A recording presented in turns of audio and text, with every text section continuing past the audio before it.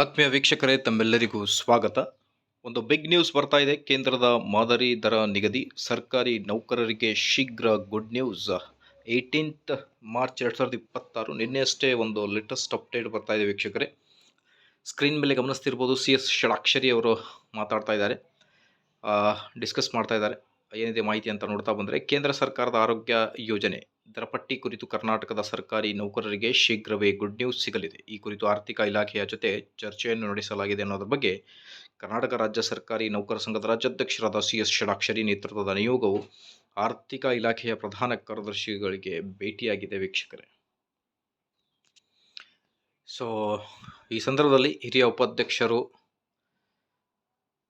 ಮುಂತಾದವರು ಉಪಸ್ಥಿತರಿದ್ದರು. ನಿಯೋಗವು 2014ರ CGHS ದರಗಳನ್ನು ಕೇಂದ್ರ ಸರ್ಕಾರ 2025ರಲ್ಲಿ ಪರಿಷ್ಕರಿಸುವ ಮಾದರಿಯಲ್ಲಿ ರಾಜ್ಯದಲ್ಲಿಯೂ ಸಹ CGHS ದರಗಳನ್ನು ಪರಿಷ್ಕರಿಸಿ ಶೀಘ್ರವೇ ಅನುಮೋದನೆ ನೀಡುವಂತೆ ಮನವಿಯನ್ನು ಸಲ್ಲಿಕೆ ಮಾಡಲಾಯಿತು.